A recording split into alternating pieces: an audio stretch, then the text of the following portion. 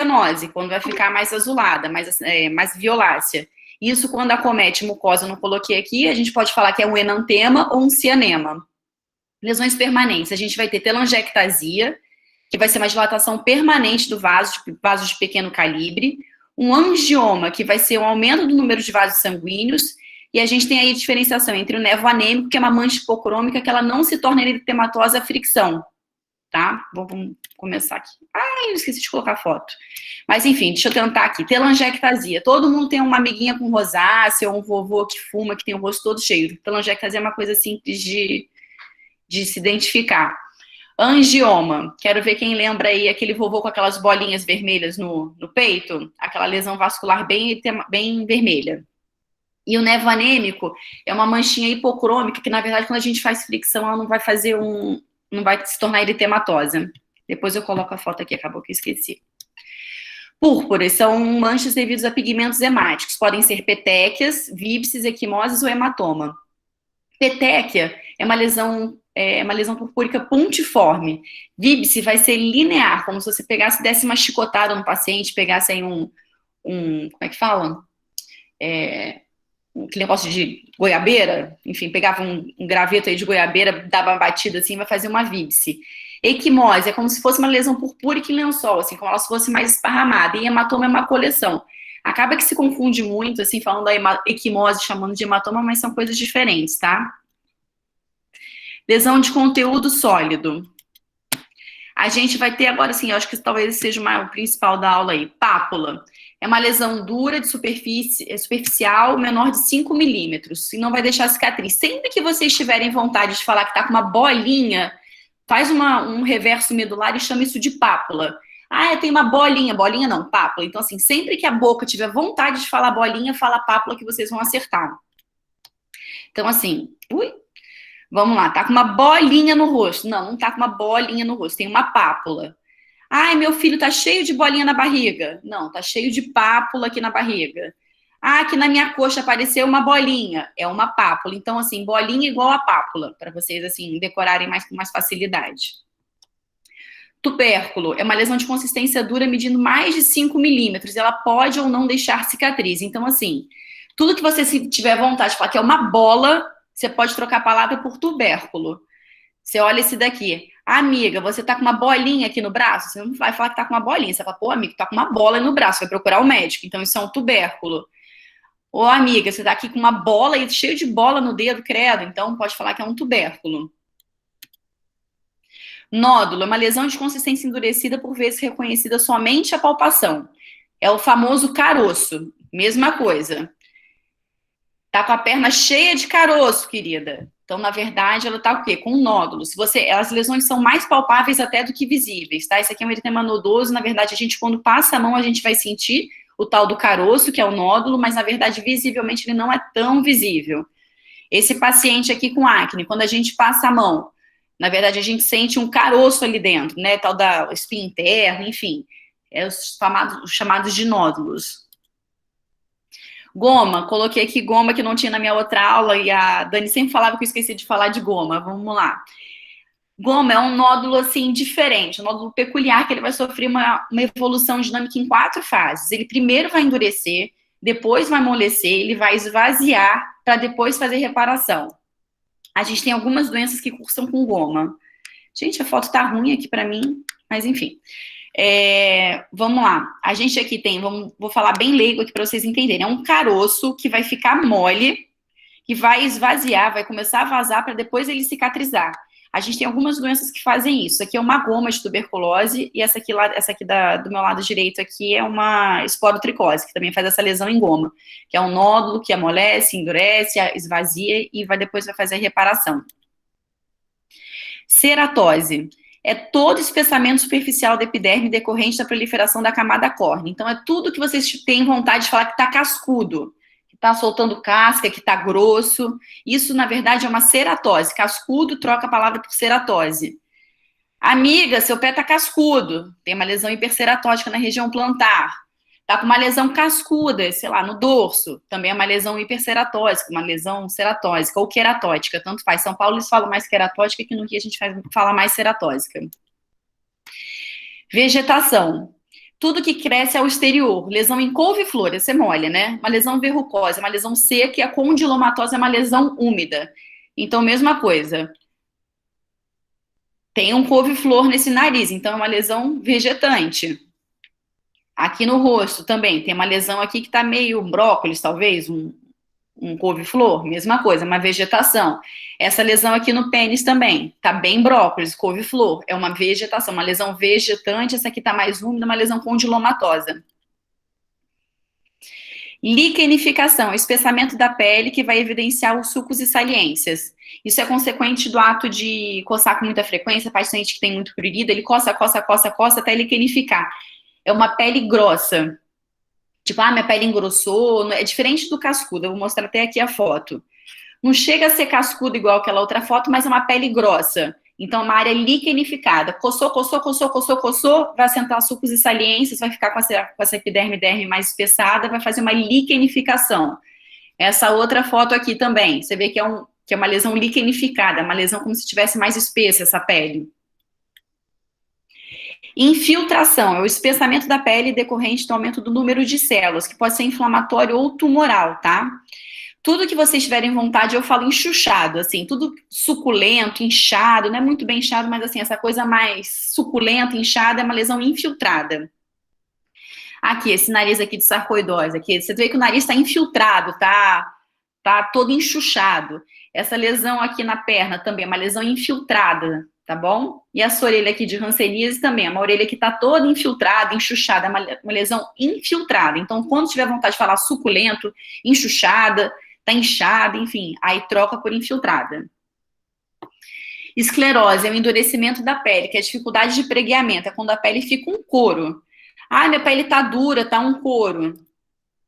Aqui, lesão de esclerodermia, né, lesão clássica que a gente tem de lesão de esclerose, essa aqui é o dorso aqui do dedo, a gente tenta preguear essa região daqui, não consegue, fica igual um couro.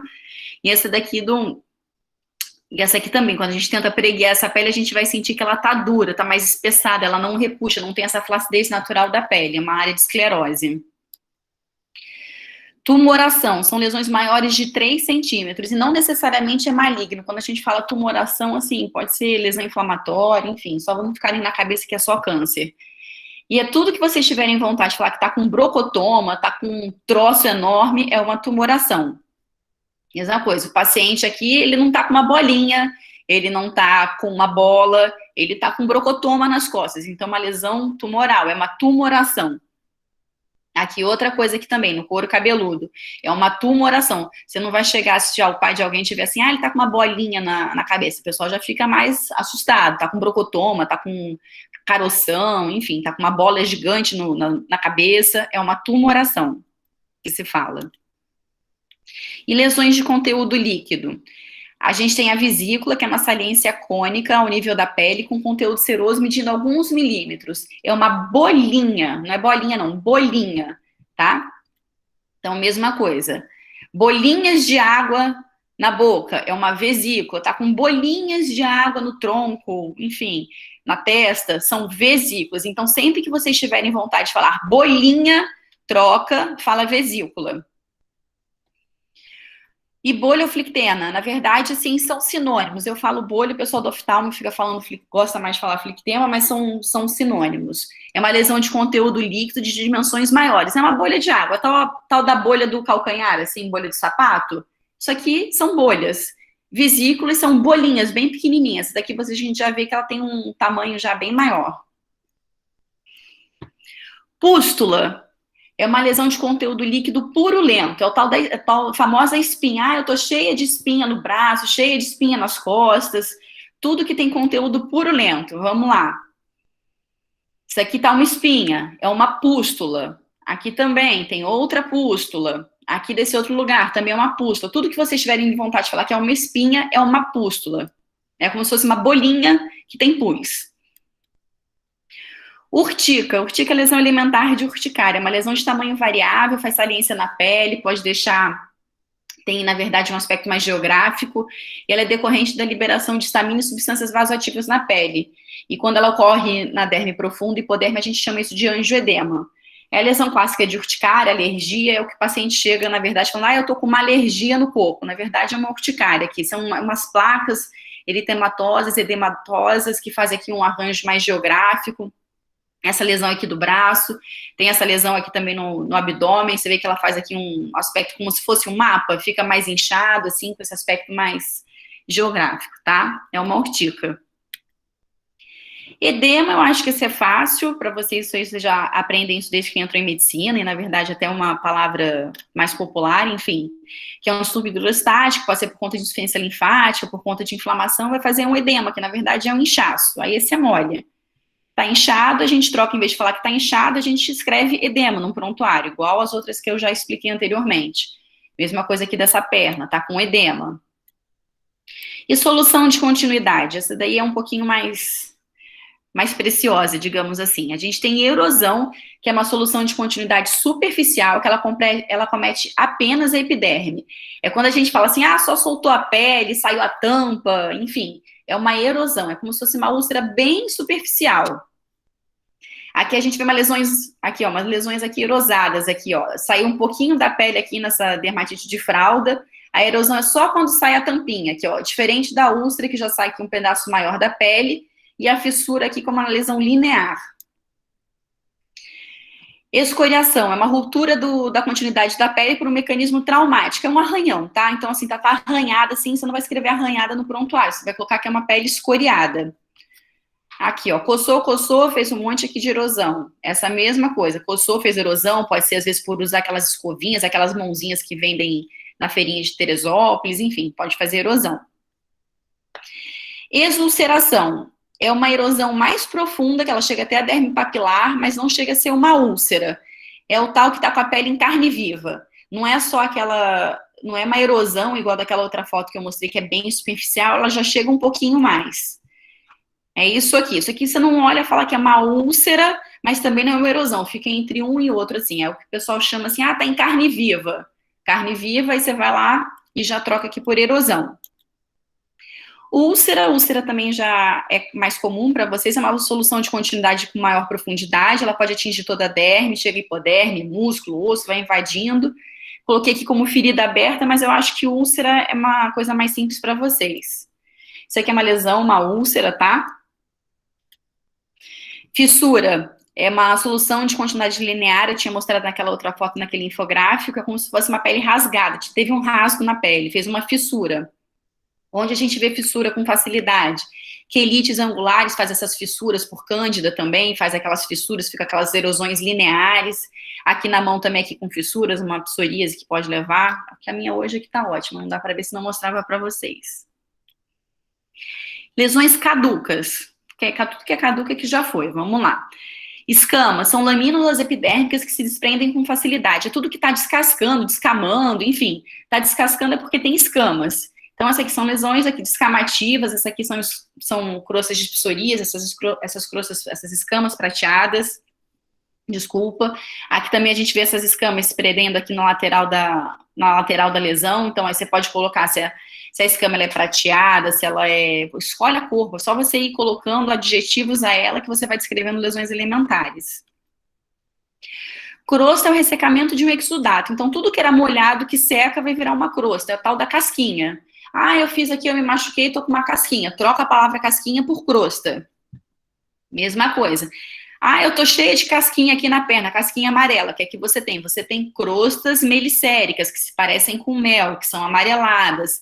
Aqui embaixo, você tem casquinhas vermelhas de sangue. Você tem crostas hemáticas. Aqui a gente tem o quê? Crostas amareladas. E a gente assim vai fazendo as descrições das lesões elementares. Escara é uma lesão enegrecida, na verdade, isso aí é consequência de uma necrose da pele, é o tal da casca preta, né, que vai fazer escara, mas isso aí também acho que é uma coisa mais simples para vocês. Uma escara de decúbito vai fazer essas lesões mais enegrecidas, enfim, essa aí são escaras, é decorrente de necrose. E a gente vai ter que, por último, as sequelas. A atrofia é uma redução da espessura da pele, é tudo que está afundado. Então, tudo que afundou a pele, a gente pode falar que é uma atrofia. Uma estria simples, aqui estria pós-gravidez. Se você passar a mão aqui, você sente que a pele dá dá um solavanco aqui para baixo. Então, tem uma atrofia aqui da pele. Então, são lesões atróficas. E as cicatrizes, elas podem ser atróficas, hipertróficas ou queloidianas. Aqui ficou ruim a foto, mas enfim, aqui a gente tem uma cicatriz queloidiana, uma hipertrófica, aqui ficou uma cicatriz hipocrômica. Enfim, sempre que a gente faz um dano na pele, assim, quando atinge já planos de derme mais profundos, isso deixa uma cicatriz, elas podem ser estéticas ou não, e elas podem causar queloide ou não. A bibliografia aqui que eu usei foi o Azulay, e as fotos que eu peguei que foi da internet. Meu telefone, se vocês quiserem depois tiver dúvida, Instagram, e-mail, por aqui, estamos abertos. Aqui foi uma aula rapidinho de lesão alimentar para a gente conseguir depois entender um pouquinho das outras. Foi. Mariana, você vai querer seguir ou... Melhor seguir, né? Tá. Deixa eu entrar aqui na do Covid. Discute essa sua primeira parte. Muito bom. Parabéns. E... Só.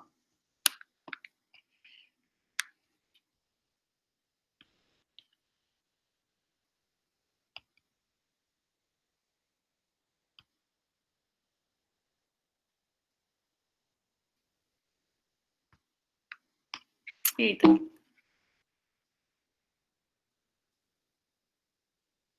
Apareceu aí? Tá tudo certo?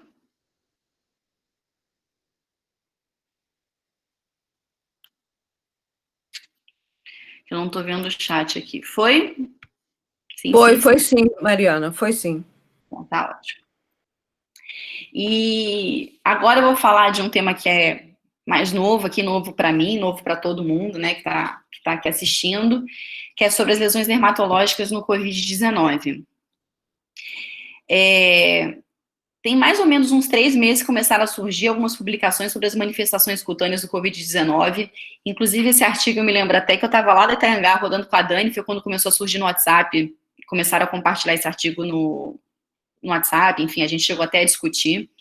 Esse artigo é um artigo da Tailândia, que foi o segundo país a notificar a Covid-19. Foi um relato de uma paciente que tinha um rash petequial, com uma plaquetopenia, e o primeiro diagnóstico que fizeram foi de dengue, já que lá é um lugar que é endêmico para dengue. Não teve fotografia, não teve histopatológico, assim, foi, na verdade, foi uma carta, e eu me lembro até a gente discutindo isso com a Dani, caraca, não botou foto, não botou histopatológico, mas assim, qual que é a importância desse artigo? Foi quando começou essas publicações, e na verdade, isso assim, isso postergou um diagnóstico de Covid, porque como é um lugar endêmico para dengue, eles acharam que era dengue, deram um diagnóstico de dengue, o paciente voltou para casa, continuou com a família, e só depois que ele começou com sintomas respiratórios francos de Covid, que fizeram PCR, e teve o diagnóstico de Covid.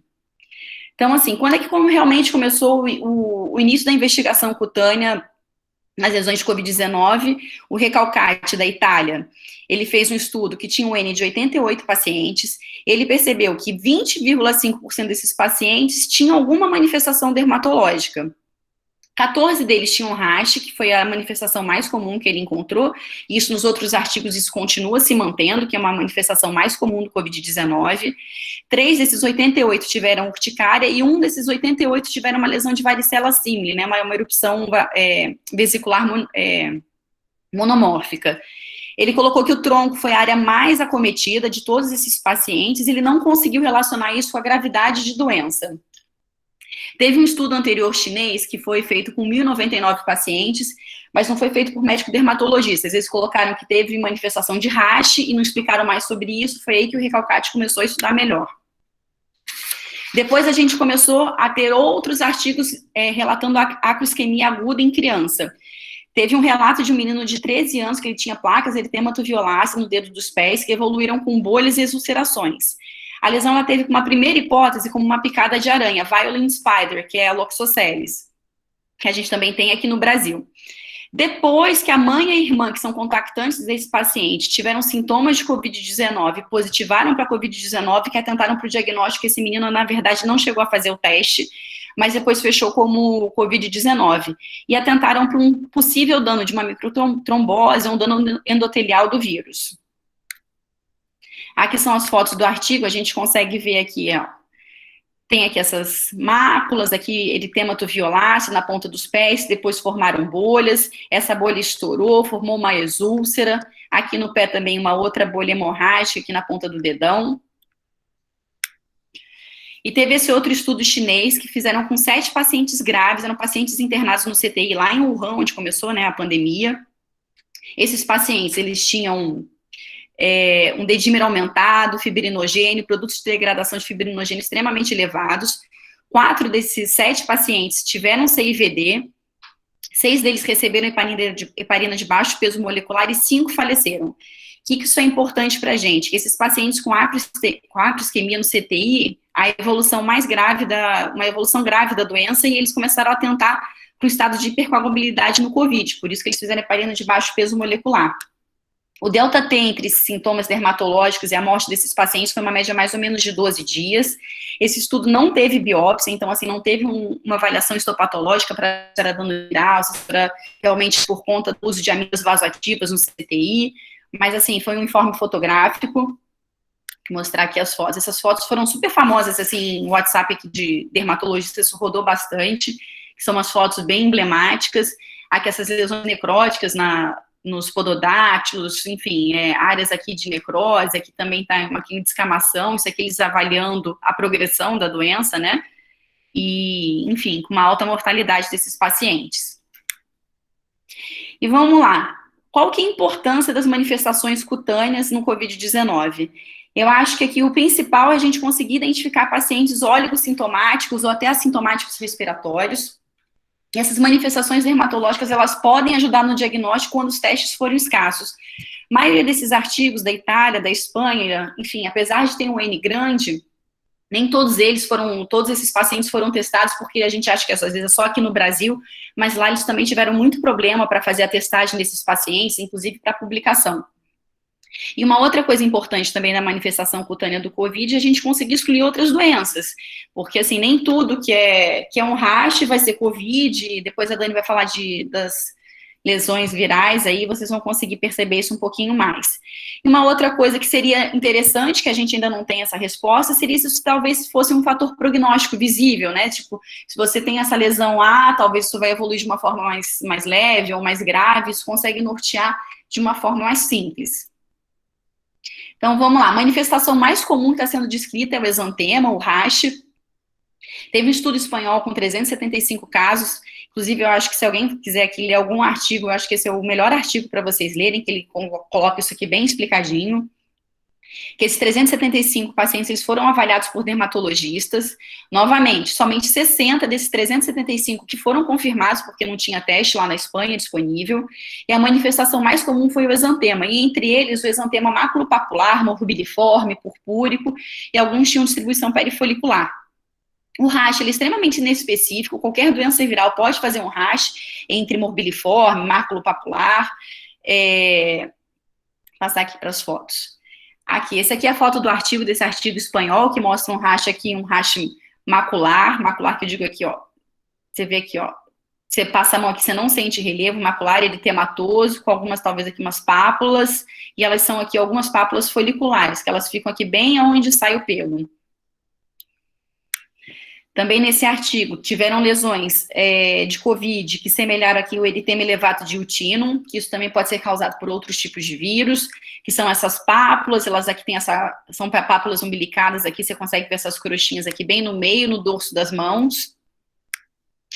Teve esse outro paciente aqui que eles colocaram que também tiveram lesões semelhantes ao eritema multiforme. Eritema multiforme a gente vê por lesão viral, mas também vê muito por farmacodermia.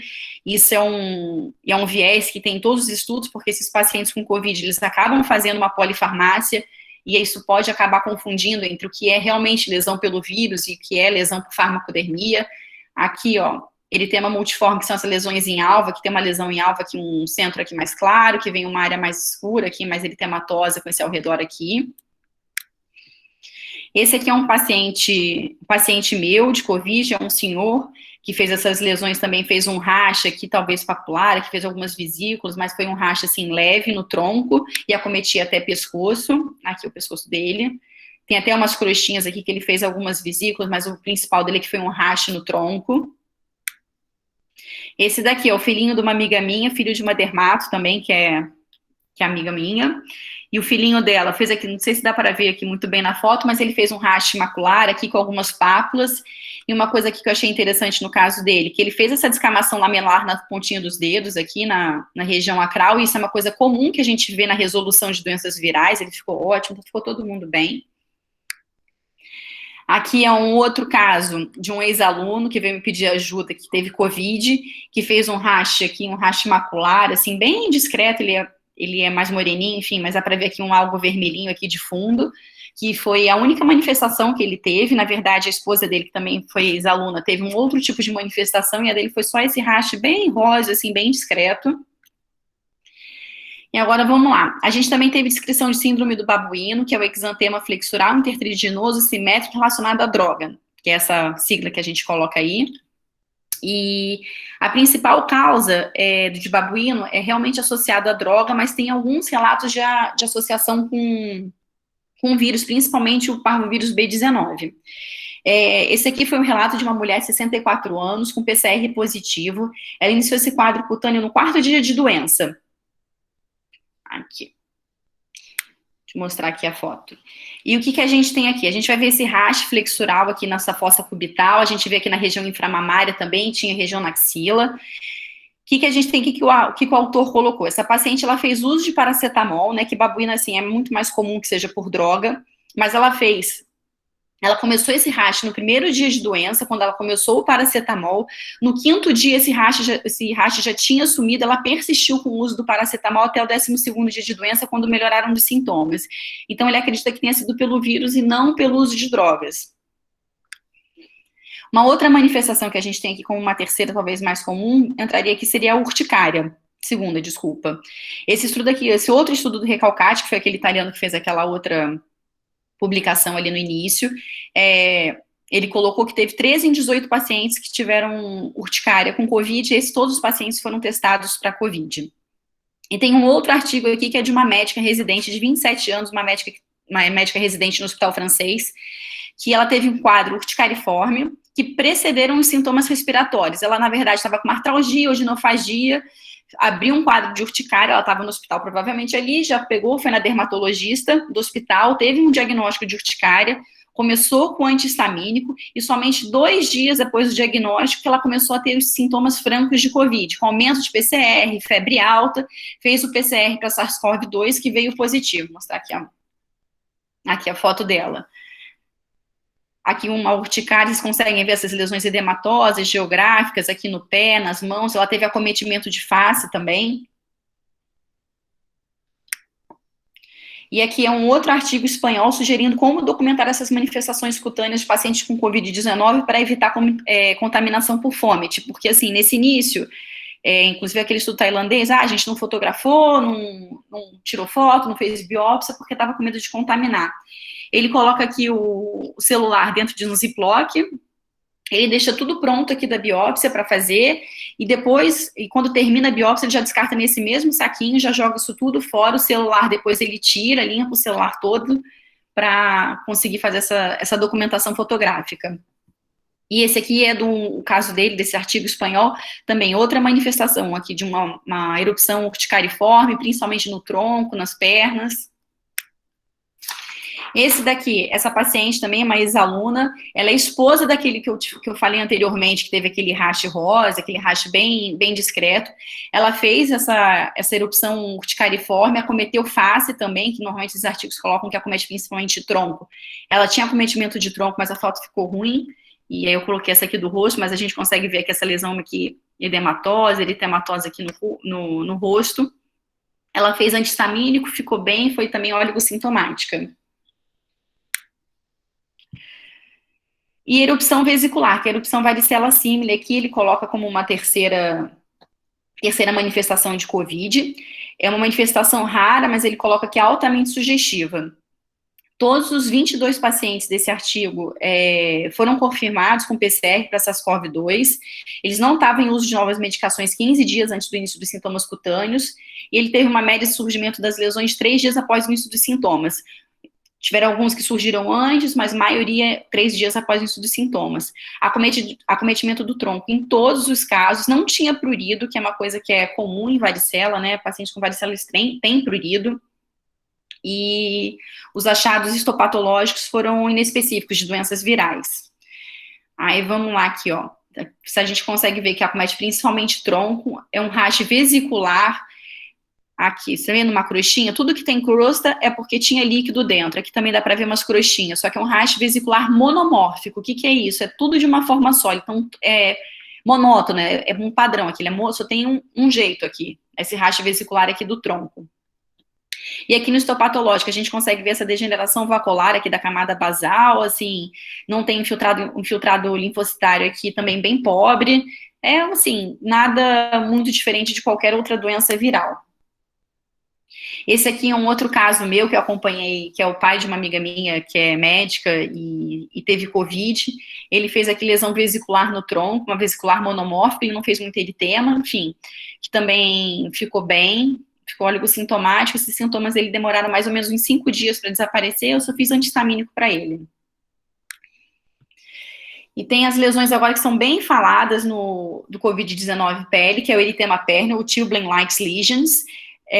O eritema pérneo é uma lesão comum nos países frios, que são relacionados com baixa temperatura. Elas são lesões eritemato-edematosas, eritematosas, algo violáceas na região acral, e a gente não tem isso muito aqui no Brasil, pelo menos não aqui no Rio de Janeiro eu nunca atendi, porque é um país quente, mas está sendo muito associado ao Covid-19. São essas lesões, podem ser purpúricas, elas geralmente são assimétricas. O que eles conseguiram observar dessas lesões são em pacientes adultos, jovens e crianças. Esses pacientes, eles são oligossintomáticos, eles têm uma menor gravidade de COVID. Alguns deles relatam dor, prurido, às vezes sensação de queimação. Teve um artigo, inclusive, que colocou um eritema pérneo, que o paciente necessitou de gabapentina para melhorar desses sintomas de queimação. Então, inclusive, levantada a hipótese de dano neural também do SARS-CoV-2. E que são essas lesões de eritema pérneo, de perniose. São as lesões eritematosas, algo edematosas aqui nos pododáctilos, aqui na ponta dos dedos também, aqui eritemato-edematosa.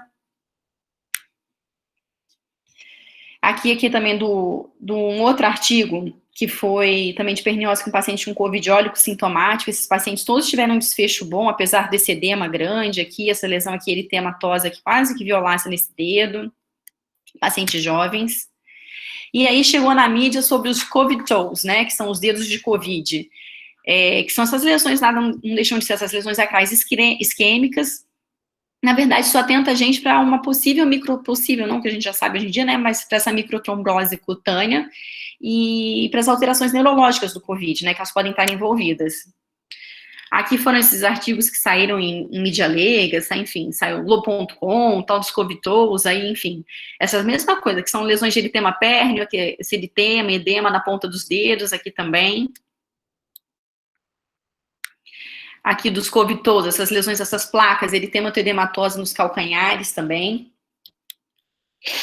Aqui outra lesão do tal dos Covid-toes, que é um eritema pérneo, eritema com edema na ponta dos dedos. Temos também erupção livedoide, que é uma vasculopatia trombótica unilateral, e essas lesões têm um possível valor prognóstico de gravidade de doença. Aqui a gente vê uma púrpura retiforme, e aqui com livedo, como sinal de gravidade de doença. Esse paciente desse caso aqui evoluiu mal. Tem esse outro artigo também, que mostra essa púrpura retiforme aqui, com uma evolução, uma gravidade de doença. E esse aqui é um caso de uma amiga minha de residência, que ela hoje está em São Paulo. Esse caso foi de março, foi logo no início da quarentena. Ela mandou no nosso grupo de WhatsApp para a gente discutir, que ela trabalha fazendo parecer em hospital. É um paciente adulto jovem, ele tinha por volta de seus 35, 37 anos, ele era obeso, e tinha essas lesões purpúricas, vesiculares, e era no corpo inteiro, assim, essa aqui era no braço dele, tinha no tronco, tinha na perna também. E esse paciente, ele evoluiu super grave e veio a falecer logo em seguida. Faleceu acho que uns 2 ou 3 dias depois da discussão das manifestações dermatológicas. Como foi no início do Covid, aqui só até voltando, no início do Covid eu lembro, até falei, Malu, biopsia isso, por favor, caso, né, super interessante, mas assim, ele estava em isolamento, e acabou que ela tem essas fotos, mas não teve descrição histopatológica. A gente tem várias manifestações pediátricas sendo relatadas, como eritema pigmentar fixo, eritema multiforme, que eu coloquei até anteriormente também no paciente adulto, pitiríase rósea simile, doença de Kawasaki, perniose. Isso eu vou deixar até que a Dani vai falar mais na aula dela, para não ficar repetindo. A gente também tem aqui a gente tem aqui também um artigo de alopecia androgenética Covid-19. Esse grupo de tricologia espanhol, inclusive tem brasileiros envolvidos, canadenses, americanos, eles começaram a perceber que a gravidade era maior em homens, era 58% contra 42% nas mulheres, e também o acometimento do Covid-19 mais em adultos do que crianças e pacientes pré-púberes. Eles fizeram esse estudo observacional durante 15 dias, eles avaliaram a hipótese de algum envolvimento androgênico na Covid-19. Eles selecionaram 41 pacientes, e 71 desses tinham algum grau de alopecia androgenética, e eles colocam que essa prevalência é maior que na população espanhola. Corrigida por idade, a população espanhola tem entre 31% e 53% de alopecia androgenética, e esses pacientes de Covid com PCR confirmado tinham 71%. Eles não fizeram nenhuma avaliação se esses pacientes estavam usando antiandrogênicos, se tinham câncer de próstata prévio, uma hiperplasia prostática, mas eles levantaram a hipótese de um possível uso de antiandrogênico como tratamento ou até mesmo para profilaxia de Covid. Tem um estudo antigo de hidroxicloroquina que reduz a testosterona, mas foi um estudo só em roedores, não tem estudo em humanos. E eles adventaram também a possibilidade de utilização da flutamida, finasterida, espinolactona, cannabis, que são medicações que têm ação antiandrogênica para o tratamento do Covid. E o Van Bier, que é um dermatologista que já está erradicado lá nos Estados Unidos, publicou em seguida esse artigo, sugerindo que a gente use o nome de Grebrin-Sine, que é esse Frank Grebrin, que é esse médico aqui americano, que foi o primeiro médico falecido por Covid nos Estados Unidos, e ele tinha alopecia androgenética. Agora aqui, mudando um pouquinho, a Academia Americana colocou esse fluxograma para classificar as manifestações dermatológicas de Covid, e eu achei bastante simples, assim, até para vocês médicos não dermatologistas, para acadêmico. O que ele coloca? Se a lesão ela não desaparece a pressão e ela é generalizada, a gente pode chamar isso de um rash petequial, um exantema petequial.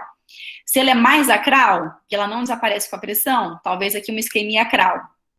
Tem um padrão vascular reticulado, a gente pode chamar isso de livedo reticular, aquela púrpura retiforme que eu coloquei aqui anteriormente. Se a lesão ela desaparece com a pressão, se ela é no calcanhar, tem dermografismo, se ela faz...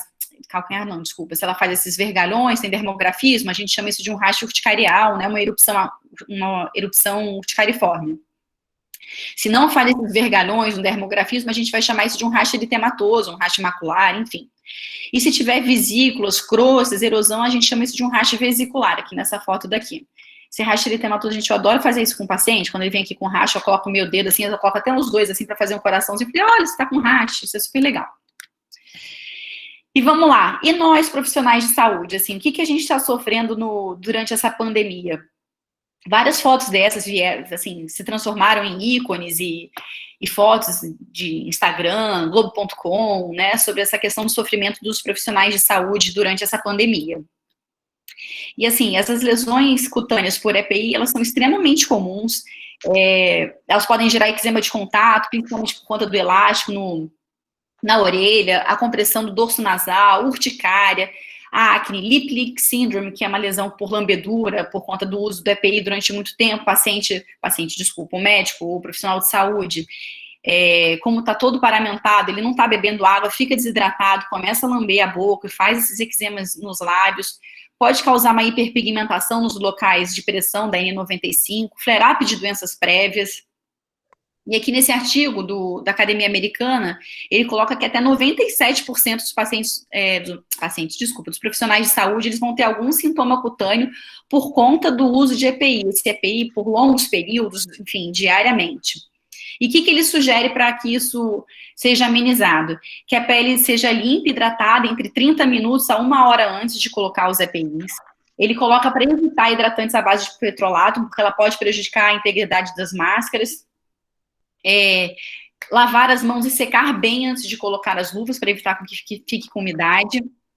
E aqui ele coloca aqui todos com as máscaras, com os acessórios, com os capotes, tudo que pode dar, aqui entre urticária, xerose, pode fazer rash, pode piorar da acne, pode surgir acne por conta disso, rosácea, dermatite de contato por irritante primário, dermatite de contato alérgica, a hiperpigmentação. E quais são as orientações disso? Que o elástico da N95, a gente coloca ele no topo da cabeça, evitar que fique apoiado sobre as orelhas. Eles sugerem o uso de um curativo acolchoado fino na região retroauricular, do dorso nasal e nas áreas zigomáticas aqui de pressão da máscara. Você pode usar também um curativo de hidrocoloide, usar sabonete específico para o seu tipo de condição de pele 2 vezes por dia, e se possível fazer um intervalo de 15 minutos sem máscaras de 2 em 2 horas. Ele coloca para a gente sair do covidário, ir para algum lugar que seja covid-free, que seja seguro, a gente retirar esses equipamentos, pelo menos as máscaras, touca e isso, o face shield também, e ficar durante uns 15 minutos sem, recolocar para depois entrar de novo no covidário. Aqui uma opção que eles colocam é o uso do Cavilon, que faz esse filme, faz essa barreira. Esse daí ele é um saquinho que você abre, ele vem tipo aquele lencinho de restaurante japonês, que vocês limpam o rosto, vai formar esse filme. Esse aqui é o que o artigo coloca, esse curativo aqui com esse tegaderme de hidrocoloide. Esse daqui é o que eu uso, que eu sempre falo aqui no Instagram, inclusive, sobre essa fita siliconada. Ela consegue vedar N95, ela na hora de retirar, ela não puxa pelo, ela é específica para pele sensível, e ela dá uma amenizada nas áreas de pressões de N95. Deixei aqui o que eu estou usando, sabonete. Eu acho que eu nunca tive tanta acne na minha vida quanto agora, eu acho que obviamente por conta de estresse, usar máscara, enfim, a minha acne está bem concentrada aqui onde eu estou com a N95.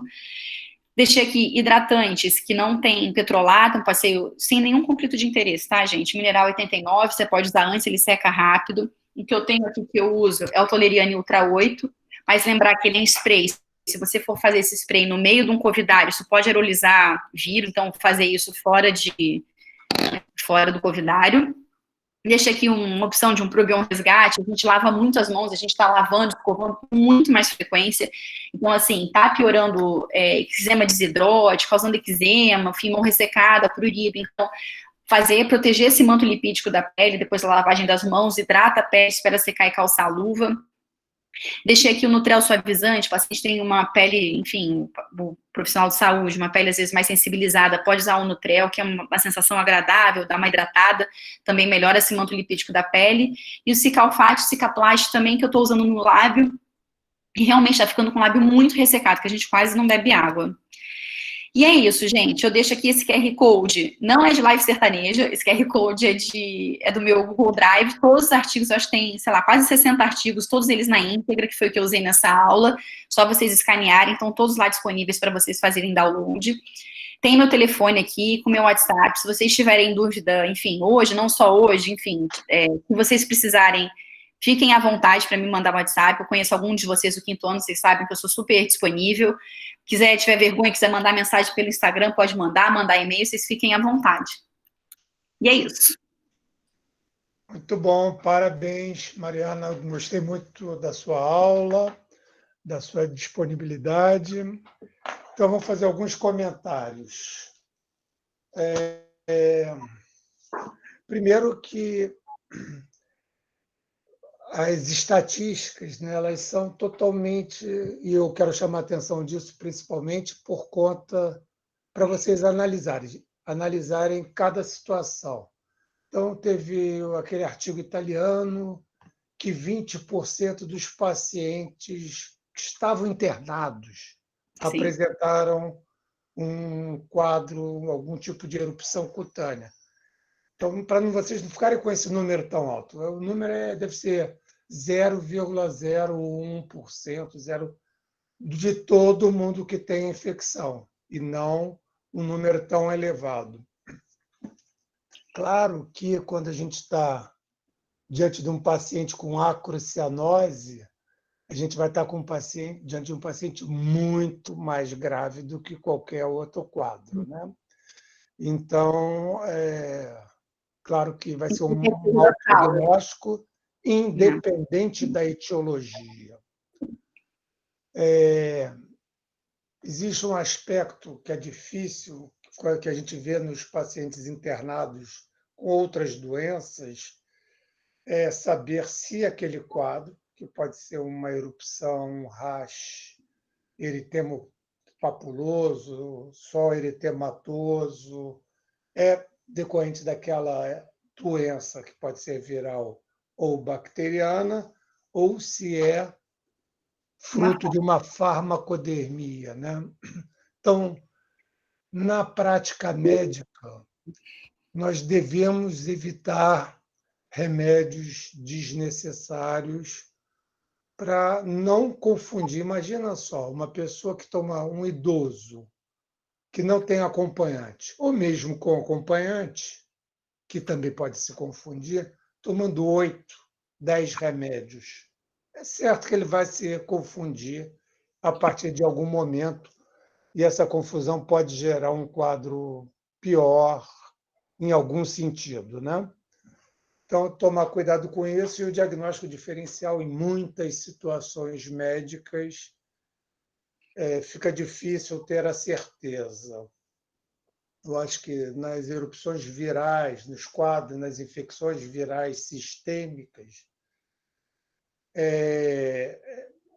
vai ser muito difícil, muitas vezes, diferenciá-las entre si e das farmacodermias. Então, a gente tem que procurar sempre o contexto. E o contexto começa a partir de uma história clínica, de uma história familiar ou epidemiológica, para ver se não tem outras pessoas com aquele quadro, para então chegar nesse diagnóstico, no diagnóstico mais provável, e então, através de sorologias, confirmar ou não a hipótese. Confirmado, Davi, assim, uma questão que ele pode estar confirmado para o Covid e aquela manifestação ser uma farmacodermia, né? Que esses pacientes têm polifarmácia, aquela síndrome do babuíno, enfim, aquilo ali é quase sempre por drogas, mas aí eu coloquei aqui como relato de caso até para a gente ficar atento, mas uma coisa bem importante, esses pacientes internados, eles estão usando aminas vasoativas, dobutamina, e a gente sabe que isso faz muita manifestação dermatológica. Teve alguém que, em vez de eu ficar falando, eu acho até mais interessante que os alunos participem, né? Então, teve alguém que querendo fazer uma pergunta. Você deve fazer a pergunta. Eu não consegui ver quem era o aluno. Fiquem à vontade para Carla, tudo bom? estabelecermos um diálogo. A professora também, que ela está aqui perguntando sobre a questão do Covid ser possível ativador de outros quadros virais vigentes. Então, teve muita, assim, o Davi também está sabendo disso, teve muito quadro de zoster, falando que o zoster está sendo induzido pelo Covid, enfim. Eu acredito que seja uma baixa da imunidade e reativação viral. Eu não sei qual que é a opinião aí do Davi, mas, assim, tem vários artigos. Zoster e a Covid, porque está com PCR positivo. Eu acho que continua sendo varicela zoster vírus. Sim. Não sei se é isso que ela está perguntando. Eu concordo. Mas teve mais alguém querendo perguntar alguma coisa? Pitirese rosa também, teve essa questão de reativação de herpes vírus latente, eu acho que é uma possibilidade grande. E quanto à questão da calvície, como falam... Eu coloquei um artigo. Calma, deixa eu falar. Usar remédios bloqueadores androgênicos, acho que isso tudo é muito forte, como a cloroquina foi forte, como a azitromicina, como a anita. Então, eu acho que a gente também tem que ter muita calma na interpretação de artigos ou de sugestões. E vocês falando para os alunos, né? Então, existem as coisas clássicas, e as coisas clássicas estão nos livros, e os livros são um bom guia para a gente, a partir do livro, aumentar nossos conhecimentos. Você pega um artigo que, você sem experiência, pega um artigo, fala que o uso de androgênicos, porque viram em pessoas mais calvas tiveram mais doença, pode gerar um viés, um erro de avaliação tremendo. Então, cuidado, principalmente quando forem artigos escritos meio às pressas, para que o autor se torne conhecido, que, na verdade, é um oportunismo. E a medicina tranquila, bem feita, não vive de oportunismo. Só que também as revistas, por sua vez, preferem novidades.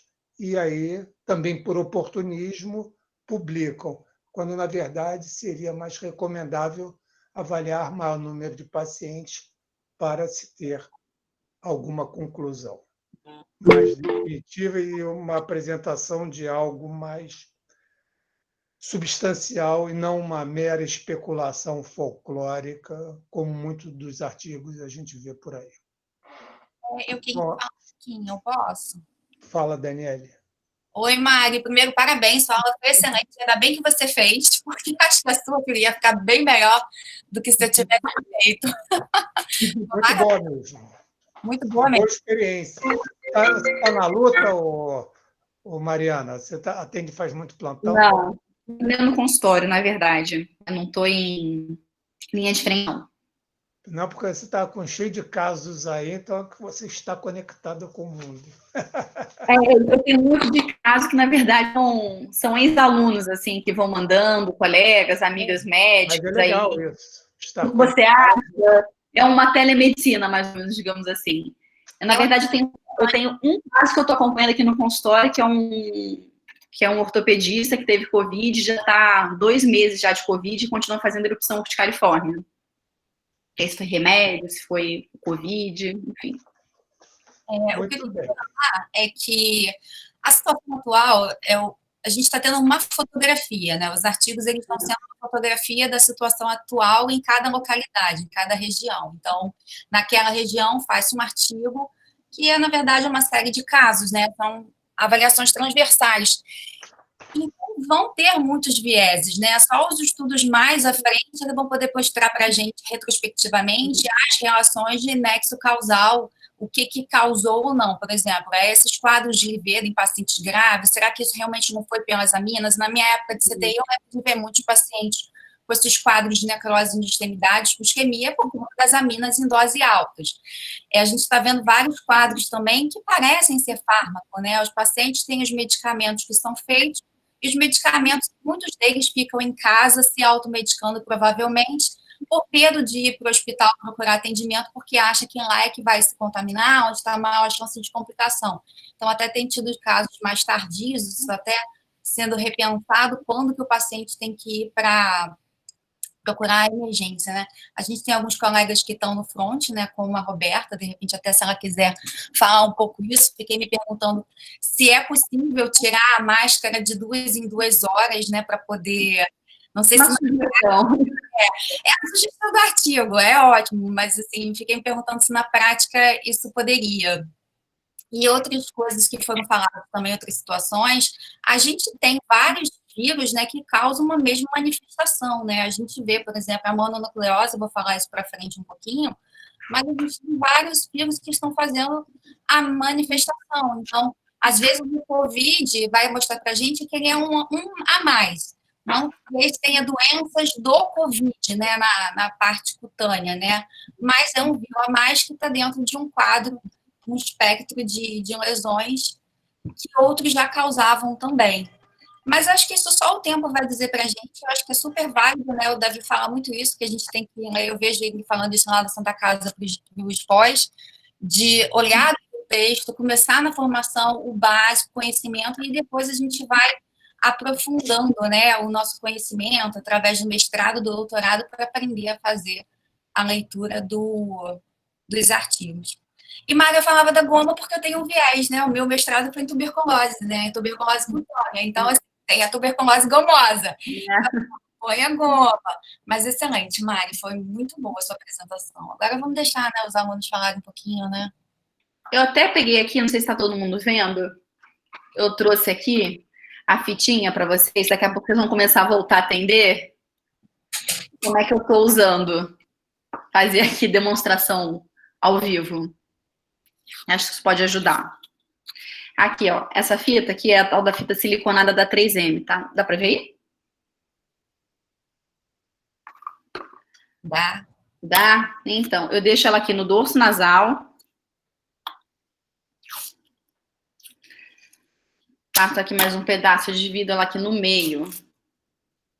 E coloco aqui na região zigomate. Já até decorei onde é que bate aqui a máscara. Deixa aqui do outro lado. E coloco a N95. Até estaria de touca, todo o resto aqui, mas só para vocês verem, para evitar essa pressão. E deixar aqui o elástico, não deixar o elástico aqui, colocar ele no topo da cabeça para não ficar batendo na orelha. Só para demonstração essa máscara, já nem... Só para isso. E, ó, para tirar é super simples, ó, não puxa e não dói.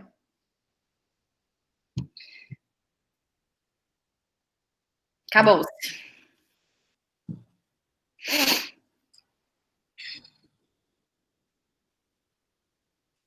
Então é isso, gente. Se quiserem depois qualquer coisa, os artigos, só mandar WhatsApp, problema nenhum. Vou desligar aqui o meu vídeo e meu áudio, Dani, vai lá.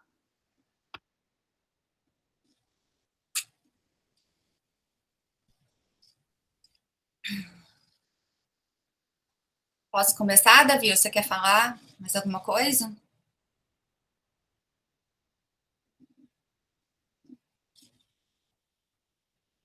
Alô?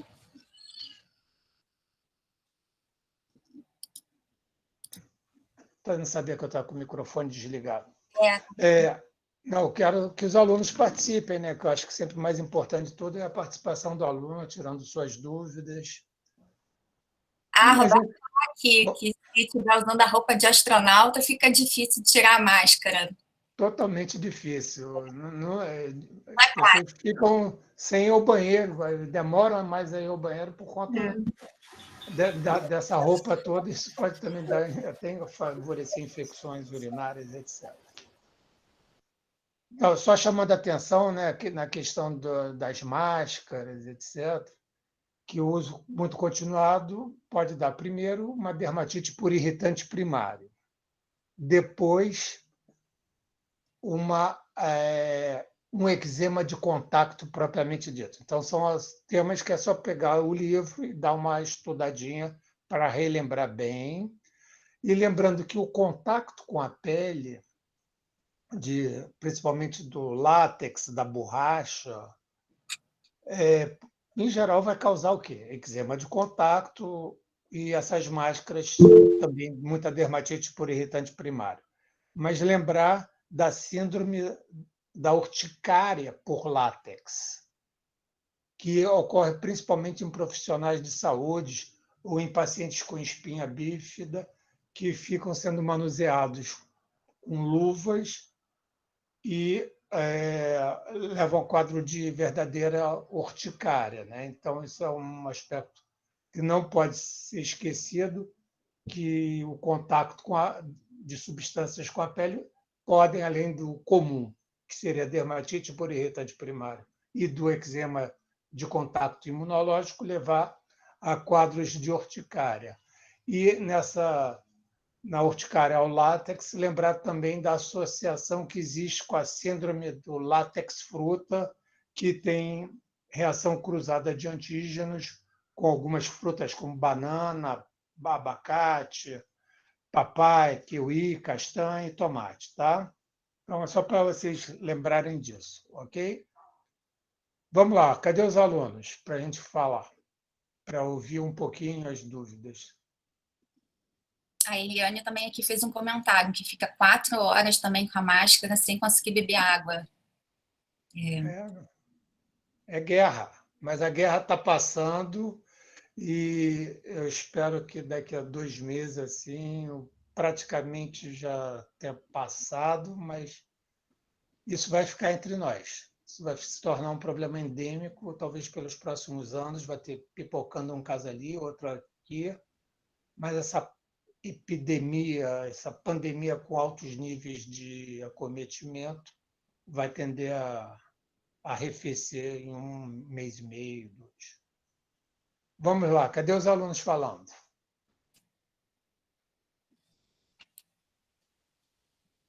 Não, ninguém quer.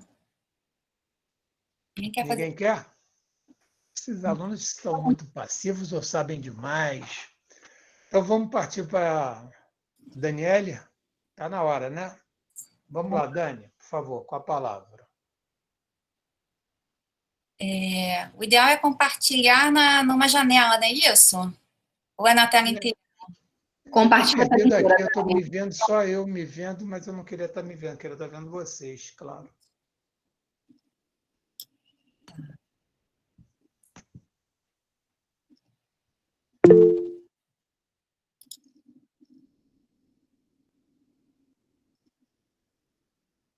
Como é que estou tentando abrir aqui?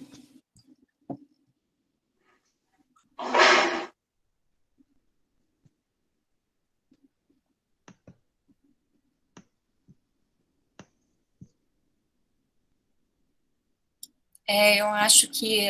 Dani, usa a última opção de compartilhamento. Clica à direita. Tem 3 opções. Compartilhar janela, usa a última. É uma guia mais do Chrome. Oi? Uma guia do Chrome, será? Pode usar. Pode usar. Se você tiver com teu trabalho aberto, pode usar. Tenta. Engraçado, tinha ido, não está indo. Compartilhar. Você já tinha compartilhado no início da aula, antes de todo mundo entrar. Pois é. E agora?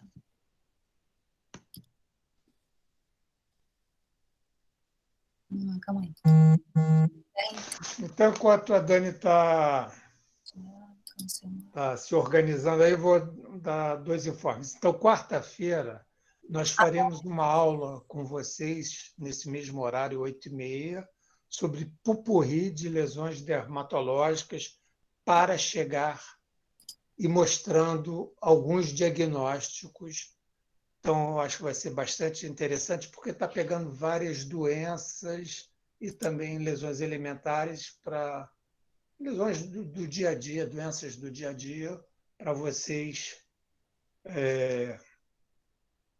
aplicarem, né, na prática, né, reconhecerem e tratarem. E também... Estava indo, Dani. Mas ele não está reconhecendo o meu PowerPoint. Eu vou tentar fazer... calma aí. Acho que agora vai. E dizer para vocês que no internato vocês podem passar um tempo lá na dermatologia, treinando o aprendizado da dermatologia como um todo. Então, acho que eu consideraria, no internato de 2 anos, tentar passar 1 mês, no máximo 2, lá no nosso serviço, ali na Santa Casa, que, por acaso, assim como a maioria dos serviços de dermatologia, estão fechados ou abrindo bem pontualmente. Então, a gente está fechado, mas abriu nessa última sexta, abrirá amanhã, dia 9 e dia 10, e depois eu espero que a gente já comece a aumentar a frequência de reabertura por conta da diminuição da epidemia, da pandemia, melhor dizendo. Eu estou tentando abrir o outro computador aqui para ver se vai melhor no outro. Vai dar um pouquinho de interferência, mas eu já vou desligar o outro. Se tiver alguém com interesse em dermatologia, também estamos organizando um congresso, que é o 30º Congresso da Associação dos Ex-Alunos do Professor Azulay, o 34º, que a gente faz todos os anos e que mostra vários aspectos da dermatologia. Então, quem quer conhecer a dermatologia, ver se é isso que quer fazer mais no futuro ou não, é uma forma de ver se é de real paixão, interesse a especialidade, que eu digo que é muito boa, eu gosto muito, eu adoro. Calma aí que eu estou entrando aqui no outro. Vai dar um pouquinho de interferência, deixa eu fechar o som.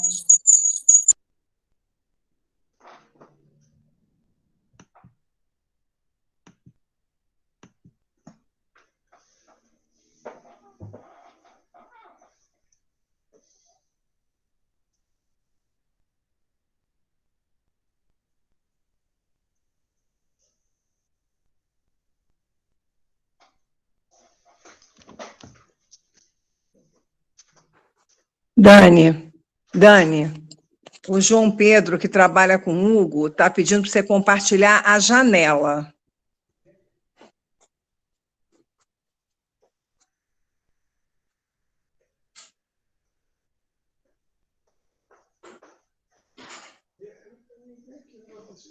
Só fico eu me vendo aqui. Eu queria ver outras pessoas.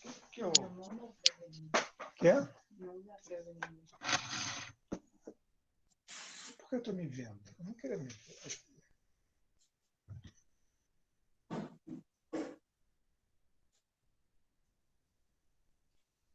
Não dá para ver ninguém.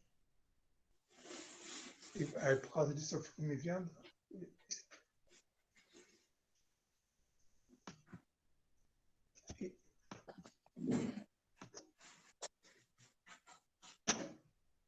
Muito bem, agora que eu estou entendendo porque eu fico me vendo, estou cansado aqui já de me ver. Outro aspecto interessante no reconhecimento das lesões elementares é que há várias formas de descrever lesões elementares, né? O importante é chegar ao diagnóstico.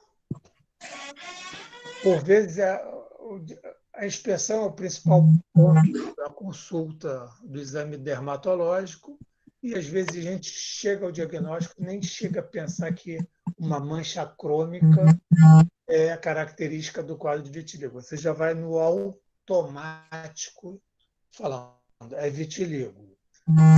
Mas, por vezes, o detalhe do exame dermatológico, do reconhecimento desta ou daquela lesão propriamente dita, é que vai fazer a diferença no diagnóstico final e também o que vai diferenciar o bom dermatologista do nem tão bom dermatologista. Claro que outros aspectos da consulta também tem que ser falado, né? Como, por exemplo, abordagem terapêutica, o nível de conhecimento sobre terapia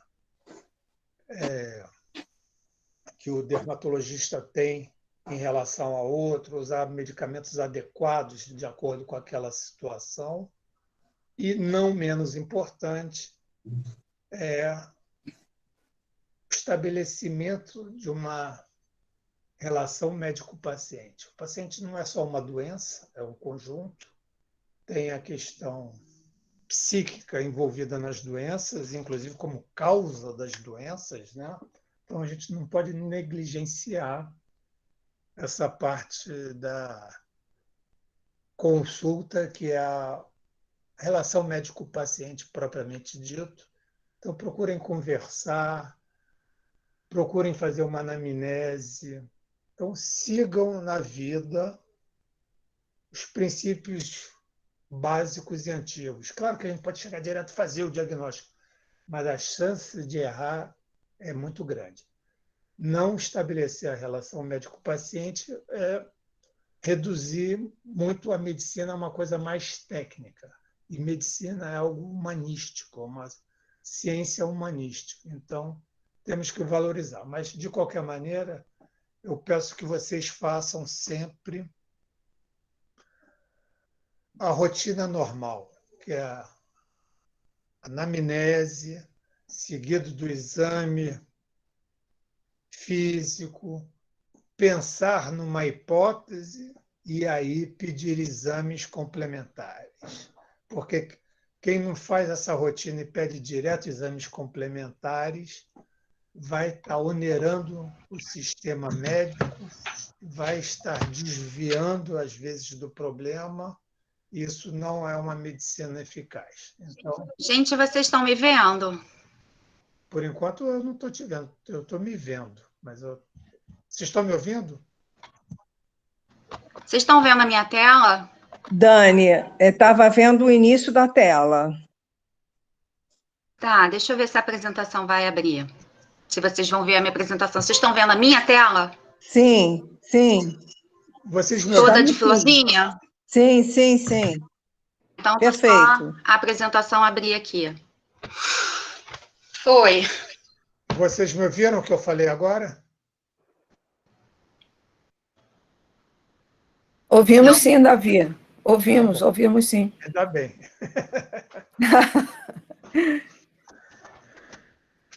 Tá só abrindo, gente. Vocês me desculpem, eu tinha testado antes, eu não sei o que houve no outro computador, aí eu tive que abrir em outro. Ainda bem que tem essa opção. Acontece. Estamos ávidos para lhe ouvir, Dani. Ai. Agora esperar abrir aqui.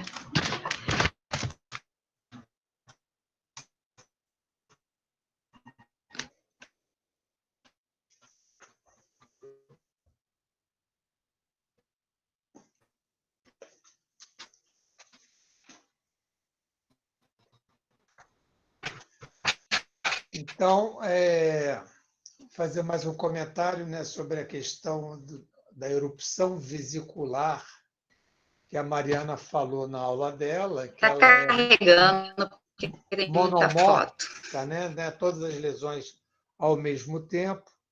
Isso é útil no sentido de diferenciar de uma varicela, que as lesões se apresentam em fases diferentes, né? Você pode ter pápula, pode ter vesícula, pode ter crosta, e não é um aspecto monomorfo.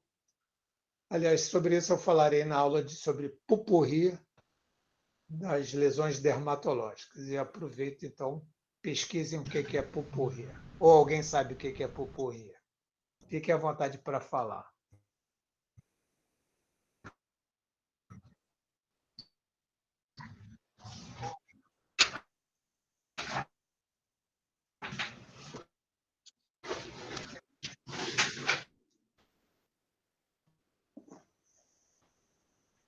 Posso?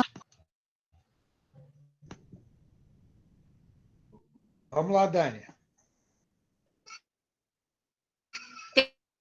Alguém me ouvindo?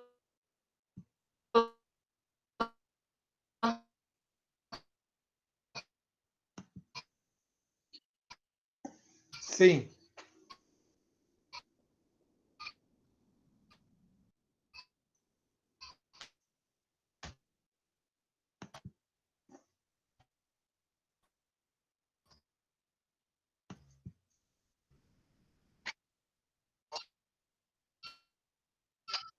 Tá me ouvindo? Sim. Vitória, me bota aí, eu não sei o que está acontecendo comigo.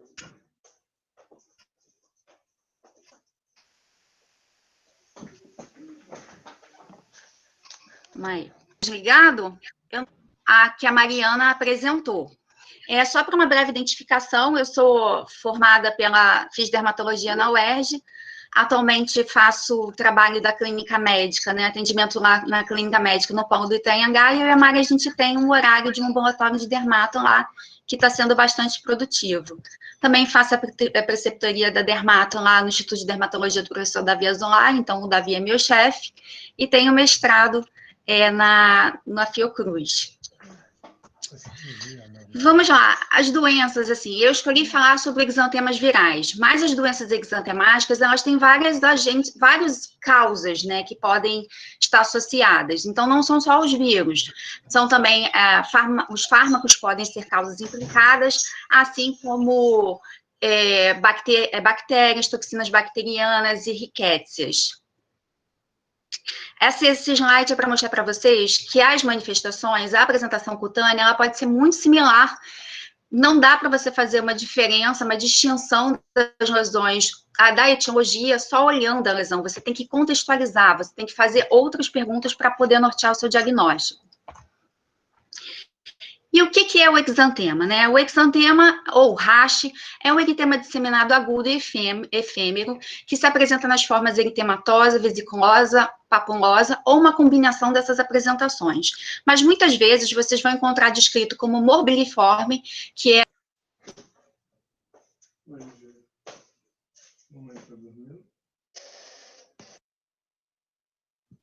Dani, saiu a tela, pelo menos aqui para mim.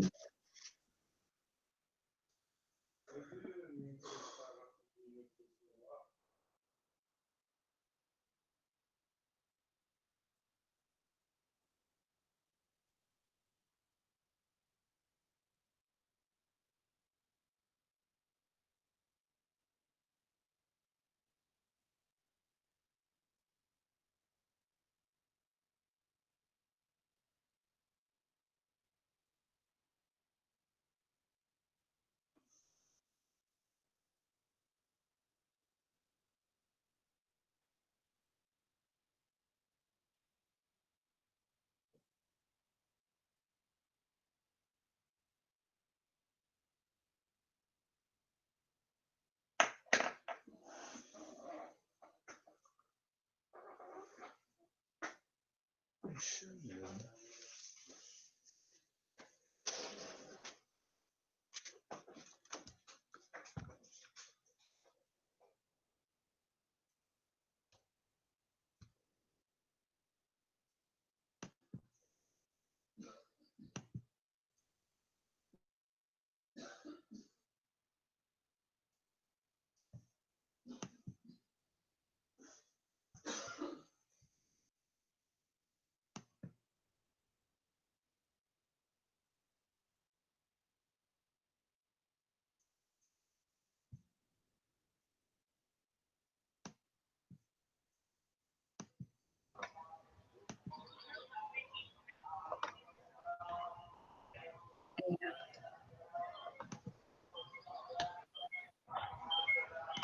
Vamos lá, onde eu parei? Tá. Dânia. Oi, onde eu Por parei? exemplo, Onde eu caí? parou logo Aqui? naquela tela que você mostrava. Isso, parou aí, Dani, começa daí. Mas olha só, Dani, agora eu estou sem te ver, mas você estava contra a luz, fecha a janela e acende a luz do ambiente para a gente ver você falando também. Tá? Tá melhor? Tá, eu estou querendo ver onde eu te vejo. Eu que perdi a tela aqui. Vamos lá. Tá linda, tá Dani. bem, sim. Tá, gente, desculpa, vamos lá. Beleza, agora sim. Então, dando continuidade, o que é um exantema? O exantema é um eritema disseminado agudo e efêmero, que se apresenta nas formas eritematosa, vesiculosa, papulosa, ou uma combinação delas.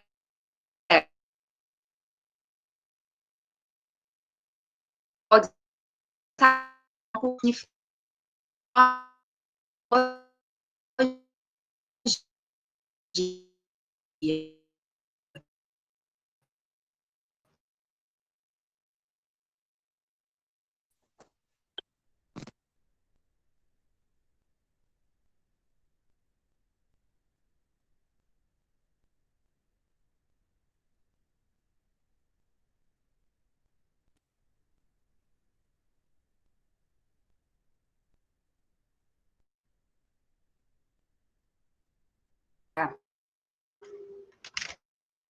Avisa aí que eu vou para outro lugar. Tia, vou ter que fazer aqui na sala. Tá, vocês estão me ouvindo? Voltou. Voltei? Voltou. Melhorou. Tá, gente. É que assim, eu tenho uma bebê em casa, então me desculpe se tiver um barulhinho no fundo. Eu tava no quarto e lá a internet não tava boa. Mas vamos lá. Então, voltando ao slide anterior, a minha ideia aqui, como eu estava dizendo, não é esgotar o tema, cada patologia dessa leva uma aula sozinha. Então, o que eu quero aqui é ajudar um pouco no diagnóstico diferenciais das causas bem frequentes que a gente vê na pediatria e na clínica médica de vírus causando exantema. Então, vamos começar pelo sarampo. O sarampo é um RNA vírus do gênero morbilliforme, família Paramoxivírus. E o que eu acho importante do sarampo? Ele está no nosso meio. O boletim do Ministério da Saúde do início do ano até 8 de fevereiro, ou seja, um pouquinho antes de começar a pandemia do Covid, já tinha registrado 388 casos no Brasil de sarampo, e o Rio de Janeiro contribuiu com quase 30% dessa população. Então, sarampo tem que estar na nossa mente um diagnóstico diferencial. É transmitido por secreções nasofaríngeas, ou seja, a transmissão se dá 6 dias antes, já começa 6 dias antes do surgimento do exantema e continua por mais 4 dias. Então, a gente tem que isolar esses pacientes por 4 dias a partir do RAS. Tem um período de incubação de 7 a 21 dias e depois começa uma fase prodrômica de sintomas com febre alta e os 3 Cs, né, que são conhecidos como tosse, coriza e conjuntivite. Nesse período prodrômico, a gente tem as manchas de Kopnik, que a literatura descreve como patognomônica, ou seja, 48 horas antes do exantema, surgem essas pápulas, tem uma foto aqui ao lado, que são umas pápulas amareladas, né? A literatura descreve branco, acinzentadas, principalmente na mucosa bucal, ali na altura do terceiro molar. Quando o racha se dá, muitas vezes essas lesões elas já estão se resolvendo. Então, às vezes, é difícil a gente encontrar na prática médica. E 2 a 4 dias depois do início da fase hipodrômica, começa o surgimento do exantema maculopapular morbiliforme, essa descrição do sarampo, com uma distribuição céfalo-caudal. Normalmente ele se inicia na linha de implantação da cabeça retroauricular e vai descendo para tronco-extremidades, e nessa fase a gente tem acentuação dos sintomas sistêmicos e o paciente começa a ficar prostrado. Complicações descritas pelo vírus do sarampo: encefalite, pneumonia intersticial, laringite, miocardite, gastroenterite. A gente pode ter essas complicações, e mais tardiamente, 7 a 10 anos depois, é descrita uma planencefalite subaguda esclerosante. Também temos complicações bacterianas, a principal delas é a pneumonia, mas também pode-se ter otite e gastroenterite. O diagnóstico na prática médica é feito pela sorologia, pesquisa de anticorpos IgM-IgG, mas também tem o uso do PCR, que é muito mais a vigilância epidemiológica que faz para fazer a genotipagem. O tratamento é sintomático, mas a literatura, principalmente da pediatria, preconiza o uso de palmitato de retinol, a vitamina A, para tentar diminuir a morbimortalidade e o risco de complicações, principalmente em crianças desnutridas. A prevenção é com a tríplice viral ou com a tetraviral, é a vacina, que é um conjugado de sarampo, cachumba e rubéola, e na tetra, sarampo, cachumba e rubéola, mais a varicela. Aqui é uma foto para ilustrar um exantema maculopapular de um paciente com sarampo na região do dorso do tronco. A rubéola. A rubéola é um vírus RNA do gênero rubivírus da família Thoraviridae, também é transmitida pelas secreções nasofaríngeas, mas a transmissão se dá até 7 dias depois do surgimento do exantema. Então, o isolamento é um pouquinho maior do que do sarampo. Porém, mais de 50% dos pacientes, eles são assintomáticos na sua apresentação, ou seja, não tem uma manifestação clínica. Quem tem, depois de um período de incubação de 2 a 21 dias, apresenta sintomas prodrômicos de febre baixa, cefaleia, mal-estar, dor ocular, dor de garganta, rinorreia e tosse.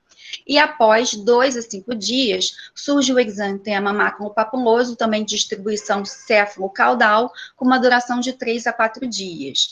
A literatura considera muito característico, embora não seja patognomônico, a presença de linfonodos retroauriculares e suboccipitares. Falam a favor no diagnóstico. E também esses pacientes, em 20% dos casos, têm um enantema no palato mole, que é chamado de manchas de Foxheim. Se eu tiver falado a pronúncia errado, depois vocês podem até me corrigir. Também é descrito muitos sintomas articulares nos quadros de rubéola, mas principalmente em mulheres numa idade mais adulta. Complicações, que é mais descrita na literatura, que nos chama mais atenção, é a possibilidade da síndrome da rubéola congênita, onde você encontra a tríade de catarata, surdez e persistência do ducto arterioso, que acontece quanto mais cedo a gestante adquirir o vírus na gravidez. Também o diagnóstico pode ser feito pela pesquisa dos anticorpos, IgM e IgG, o tratamento é sintomático, a prevenção é pela vacina. Aqui uma criança, com exantema maculopapular no dorso do tronco, exemplificando um caso de rubéola. A varicela. A varicela é causada pelo vírus varicela zoster, um RNA, e a transmissão se dá pelas gotículas respiratórias, mas também é descrito pelo contato direto com o fluido das lesões, das vesículas. A transmissão já se começa 48 dias antes do surgimento das lesões cutâneas, até todas as vesículas se tornarem crostas. O período de incubação é de 10 a 21 dias, também surgem pródromos de febre baixa, mal-estar, cefaleia, anorexia, vômito, mialgia e artralgia, e 24 a 48 horas depois, se inicia um exantema maculopapulo-vesicular pruriginoso, como a Mariana citou, que se inicia na face, por um cabeludo ao tronco, e é descrito como uma distribuição centrípeta, ou seja, ele costuma ser mais intenso no tronco, na região central do corpo. E normalmente essas lesões evoluem para a crosta dentro de 6 dias. É característico que as lesões estejam em diferentes estágios de evolução numa mesma região. Eu vou mostrar para vocês numa foto mais à frente. A literatura também descreve que crianças menores de 1 ano, adolescentes e adultos podem apresentar um curso grave, principalmente com pneumonia primária, mas também tem outras complicações, principalmente infecção bacteriana secundária da pele, otite média, pneumonia, encefalite, a síndrome de Raynaud, quando se faz associação do uso de aspirina, mas parece ser um pouco menos frequente na pediatria hoje em dia, algumas complicações que podem ser graves, bacterianas, que podem até causar risco de vida, como celulite, gangrenosa, fascite necrosante e púrpura fulminante. E também tem a descrição da síndrome da varicela congênita, quando é adquirida durante a gestação. O diagnóstico ele é basicamente clínico, mas se for necessário, pode fazer o uso de testes sorológicos, PCR, e o tratamento sintomático. Os antivirais, eles podem ser usados quando algumas crianças têm chances de complicação, ou normalmente também se faz em adulto. Essas complicações das crianças consideram-se ou transfusões cutâneas, doenças respiratórias crônicas, uso de imunossupressores, e normalmente na prática médica a gente acaba fazendo para os adultos que têm maior chance, que por ser adulto teria maior chance de complicação. E a prevenção é com vacina também. Aqui para mostrar para vocês, um paciente que ele tem várias lesões no membro. Aqui a gente tem uma lesão de crosta, de mácula, tem pápula também. Isso que são as lesões em diferentes estágios de evolução. Você olha naquele momento, tem várias lesões, e isso é muito a favor da varicela. Aqui em maior aumento, você tem as vesículas, crostas, pápulas no mesmo paciente. A literatura até considera, né, faz uma analogia de que essa lesão vesicular em cima de uma base eritematosa seria uma gota de orvalho em pétala de rosa. Isso é descrito em livro. Eritema infeccioso. O eritema infeccioso, ou quinta doença, é causada pelo parvovírus B19. A transmissão se dá por gotículas vias respiratórias, acomete principalmente crianças e jovens. A maioria tem um curso assintomático, mas quem apresenta a doença depois de um período de incubação de 1 a 2 semanas, apresenta pródromos de cefaleia, febre, calafrio, sintomas respiratórios, e 2 a 3 dias depois, surge uma lesão eritematosa na face, que dá um aspecto de face esbofeteada no paciente. Aqui dá para ver uma área eritematosa até um pouco infiltrada, elevada. Depois de 1 a 4 dias, o paciente começa a desenvolver no tronco e extremidades um eritema com aspecto reticulado, que tende a poupar palmas e plantas e evolui em torno de 1 a 3 semanas. Aqui para mostrar para vocês um eritema com clareamento central e que dá um aspecto rendilhado das lesões. Isso aqui tende a melhorar em 1 a 3 semanas, mas há descrição na literatura de que alguns gatilhos, como calor e exposição solar, poderiam fazer uma recrudescência desse quadro por algum período. Sintomas articulares são comuns, mas principalmente em mulheres de uma idade, mulheres adultas, em até 60% dessas mulheres. Em pacientes que têm crises anêmicas, né, pacientes, por exemplo, com talassemia, anemia falciforme, pode fazer crises aplásticas transitórias, e também a descrição de efeitos fetais importantes, como anemia, insuficiência cardíaca congestiva, hidrópsia fetal, morte fetal intrauterina. O diagnóstico, quando necessário, pode ser feito é clínico, mas quando necessário pode ser realizada a sorologia ou até PCR. E o tratamento ele é sintomático também. O exantema súbito. O exantema súbito é causado basicamente pelo herpes vírus 6, mas também pode ser causado pelo herpes vírus 7. A literatura faz uma distinção de que o herpes 6 poderia ser transmitido por secreções orais e o 7 por secreções do trato respiratório. A maioria apresenta infecção subclínica e 9 a 17% desenvolve o quadro da doença. Acomete principalmente crianças de 6 meses a 3 anos, com um pico entre 6 e 7 meses, embora seja um pouco variável esse dado na literatura, mas é conhecido como o exantema de crianças menores de 2 anos de idade. Tem um período de incubação de 9 a 10 dias, onde o paciente, logo após, apresenta um quadro de febre alta, em torno de 40 graus ou até mais, com uma duração média de 3 a 5 dias. Porém, o estado geral costuma ser bom, ter poucos sintomas respiratórios, embora o paciente também possa apresentar diarreia, alguma irritabilidade e, ocasionalmente, adenopatia cervical. E aí, quando a febre está baixando, é que dá o surgimento do exantema. Um exantema macropapular, normalmente no tronco, e depois ele pode evoluir para a face, regiões proximais das extremidades, se resolve em 1 a 3 dias normalmente. Também tem um enotema no exantema súbito, onde você tem a presença de pápulas eratomatosas no palato mole e na úvula, e em 2/3 dos pacientes é chamado de manchas de Nagayama. Edema palpebral e periorbitário pode ocorrer em 30% desses pacientes, é descrito como sinal de Berliner. Esse sinal é até descrito na literatura como uma dica no diagnóstico, principalmente quando o paciente está na fase prodrômica, você não tem um rash ainda característico. Complicações descritas, convulsões febris, mas também encefalite, meningite asséptica.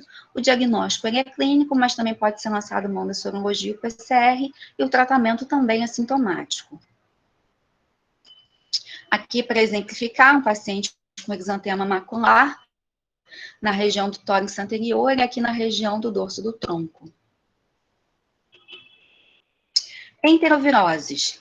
São vírus RNA do subgrupo das picornaviroses, então a gente tem como representação Coxsackie A e B, polivírus, ecovirus, enterovírus, e uma doença das mais representativas desse grupo é a doença mão-pé-boca. É causada pelo Coxsackie A e B, pelo enterovírus 71, mas principalmente o que é mais comum é o Coxsackie A16. Acomete crianças principalmente de 1 a 4 anos, a transmissão é via fecal-oral, contato direto com as lesões ou secreções orais.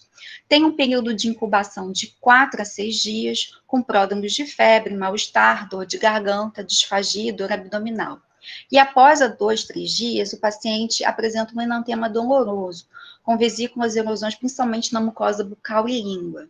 E associado, pode surgir em até 80% dos casos, no exantema com vesicopústulas, principalmente palmoplantares, mas que também podem ser encontradas na superfície lateral e dorsal das mãos e dos pés, nádega, coxa e genitália, e com uma resolução em 7 a 10 dias. O diagnóstico também é clínico e o tratamento é sintomático. Aqui umas fotos para exemplificar para vocês, um paciente já com mais úlceras na língua, aqui na mucosa bucal, aqui também na cavidade oral, nas regiões palmares, e aqui no dorso em lateral, região lateral do pé. A mononucleose infecciosa. A mononucleose infecciosa clássica é causada pelo vírus Epstein-Barr. Porém, tem também algumas situações que a gente chama de mononucleose-like ou síndrome de mononucleose, que você tem sintomas semelhantes, mas causado por outros agentes etiológicos, seja vírus, seja bactérias e até o toxoplasma. É transmitido por secreções orais e as crianças geralmente têm um curso assintomático ou apresentam só sintomas leves. 50% dos adolescentes e adultos podem apresentar os sintomas. Então, após um período de incubação de 2 a 7 semanas, tem o surgimento de uma tríade com febre, faringite e linfadenopatia, associada a mal-estar, fadiga. Fadiga costuma ser um sintoma proeminente e até duradouro. Artralgia, cefaleia, edema periorbitário e hepatosplenomegalia e petequia do palato são bastante sugestivos do quadro. Aumento amidaliano, que é até uma causa de obstrução de vias aéreas, que tem que ser acompanhado. E no laboratório, a presença de linfocitose absoluta e relativa, com pelo menos 10% de linfócitos atípicos, é bastante sugestivo do quadro dentro desse contexto, porque não é um achado patognomônico. Erupção cutânea específica, ela pode se dar em 5% dos casos. Mas quando você faz a introdução, por exemplo, para tratar a faringite de um beta-lactâmico, mais classicamente na literatura ampicilina, esse rash, uma erupção morbiliforme, pode surgir em até 100% dos casos após 5 a 10 dias da introdução do antibiótico. Mas não é descrito só com beta-lactâmicos, tem relato de uso com eritromicina, azitromicina, levofloxacina, cefalexina. Aqui é a foto de um paciente que fez um rash após a introdução de claritromicina. Complicações descritas, mas são raras, é a ruptura esplênica, então o paciente é orientado a ficar pelo menos um mês de repouso, obstrução de vias aéreas. O diagnóstico é feito pela pesquisa de anticorpos heterofílicos. Normalmente o anticorpo ele tem positividade, né? Ele tem alta sensibilidade e especificidade, mas existe algumas situações, se ele for feito muito precocemente na primeira semana, ou em crianças abaixo de 4 anos, a chance é uma chance alta de dar positivo, de dar negativo, desculpa. E aí você pode complementar a investigação com a pesquisa de anticorpos específicos para o vírus. E também tem o uso do PCR, embora eu não sei se isso é uma coisa prática do dia a dia de quem tem uma casuística maior de mononucleose. O tratamento é sintomático e de suporte.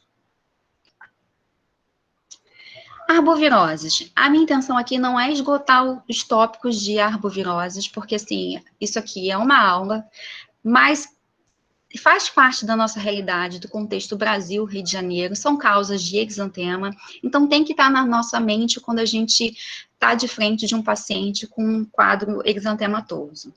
E o que eu quero aqui contextualizar para vocês, né, são vírus que são doenças causadas pela transmissão através do mosquito do gênero Aedes, e no Brasil, o boletim epidemiológico desse ano, que foi feito um levantamento até 18 de abril, mostrou para a gente que nós tivemos mais de 600 mil casos de dengue no Brasil, mais de 17 mil casos de chikungunya e mais de 2 mil casos de Zika no Brasil. Então, assim, tem que entrar no nosso diagnóstico diferencial no meio dessa pandemia também.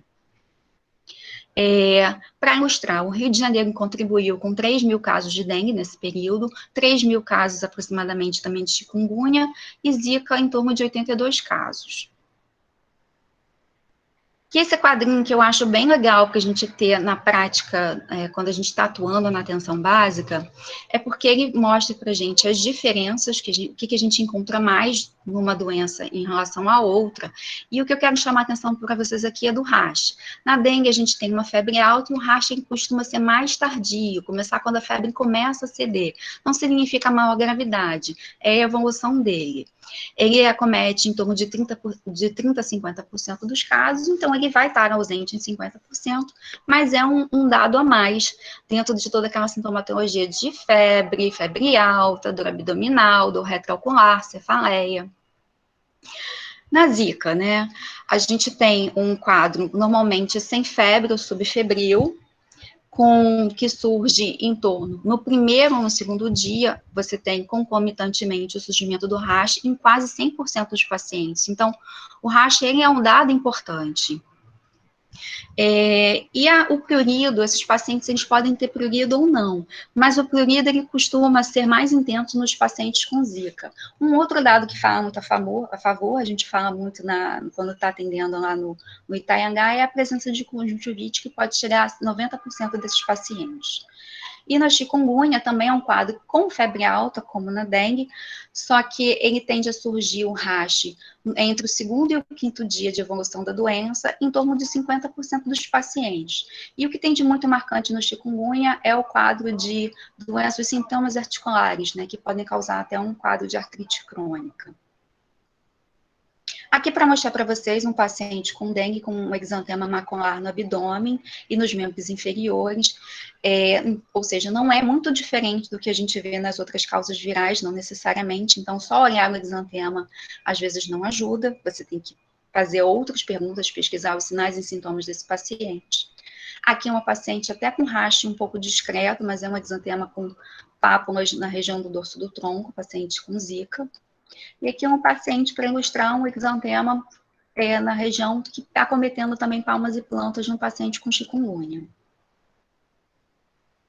E a cerejinha do bolo. A professora Adriana falou desse quadro na aula de Covid e a pediatria, então a minha ideia aqui não é falar sobre a doença, mas a Sociedade de Pediatria, agora no finalzinho do mês, né, no finalzinho de maio, fez uma nota de alerta sobre essa síndrome inflamatória multissistêmica em crianças e adolescentes, provavelmente associada ao Covid, com manifestações semelhantes à síndrome de Kawasaki, Kawasaki incompleta ou síndrome de choque tóxico.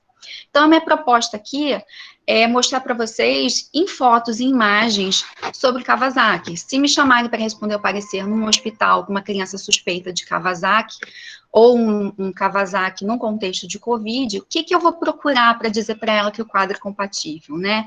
Então, são crianças que têm normalmente com 5 anos, né, abaixo de 5 anos, que tem febre, racha e hiperemia ocular.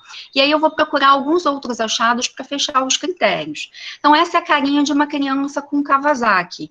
Ela tem uma hiperemia conjuntival, se você olhar mais de pertinho, é mais acometimento bulbar do que palpebral, do que conjuntiva palpebral, e essa é a boquinha de uma criança com Kawasaki, é uma criança com uma boquinha hiperemiada, com fissuras e crostas. A língua do Kawasaki é chamada da língua, faz a língua de morango, onde você tem ressalta-se aqui as papilas dérmicas, as papilas da língua, sobre uma base bem eritematosa. Isso não é patognomônico do Kawasaki, você pode ter síndrome de choque tóxico na escarlatina, mas é sugestiva, entra no critério da doença. Uma linfadenopatia cervical, que ela tem que ter pelo menos 1,5 centímetros para entrar no critério. Você vai olhar o tronco desse paciente para ver se ele tem um rash, não tem um rash característico, pode ser maculopapular, macular, pode ser urticariforme, mas não costuma ser vesiculoso. E vai olhar para as extremidades do paciente. Numa fase aguda, ele vai ter eritema e edema nas extremidades, isso aqui é doloroso, às vezes a criança não consegue colocar o pé e andar. E numa fase mais tardia, uma descamação que ela se inicia na região periinguinal, então evoluindo nas extremidades essa descamação. Então, gente, é isso. A minha ideia não é esgotar o tema, mas é poder mostrar para vocês as inúmeras facetas que os vírus podem causar num paciente com exantema viral. É isso. Obrigada. Muito bom, Dani. Parabéns pela aula.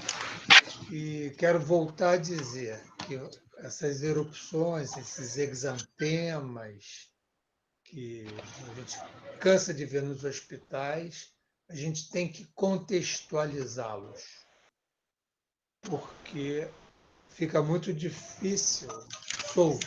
Por exemplo, já falei que o certo da consulta médica é anamnese, exame físico, hipóteses diagnósticas e exames complementares.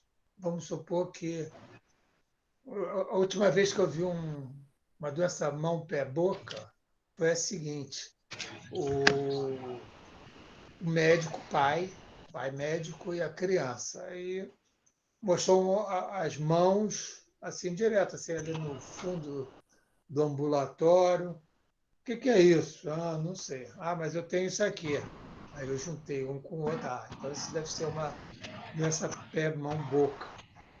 E assim facilitou a minha vida. Se não pegar solto cada uma erupção dessas, sem dados clínicos, epidemiológicos, fica muito, muito difícil você chegar perto do diagnóstico definitivo. Então é isso. Contextualizem e estudem, porque não é um assunto muito simples e, felizmente, a gente tem o apoio hoje em dia melhor dos exames sorológicos para confirmar ou não, mas vamos considerar que, na maioria das vezes, vocês não terão acesso a esses exames, além do que, quando tem acesso, dependendo do lugar, também vai demorar muito tempo a fazer o diagnóstico. Então, são doenças também que são para ser acompanhadas. E o diagnóstico diferencial que sempre vai entrar vão ser as farmacodermias. Vamos abrir a perguntas e esclarecimentos por parte dos alunos. Queridos alunos, participem.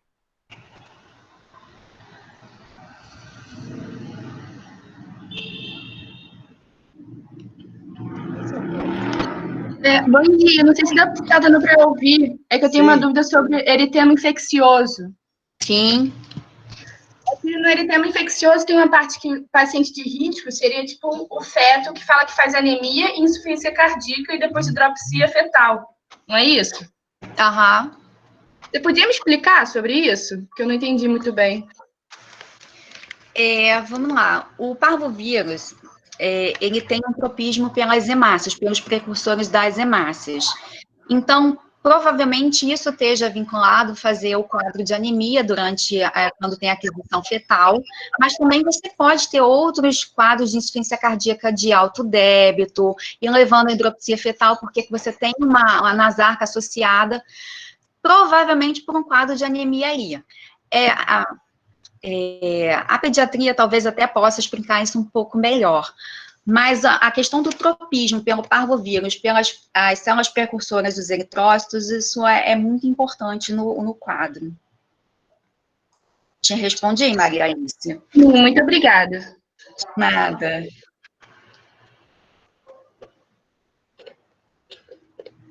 Vamos lá, pessoal. Vamos aproveitar os bons conhecimentos da Dânia.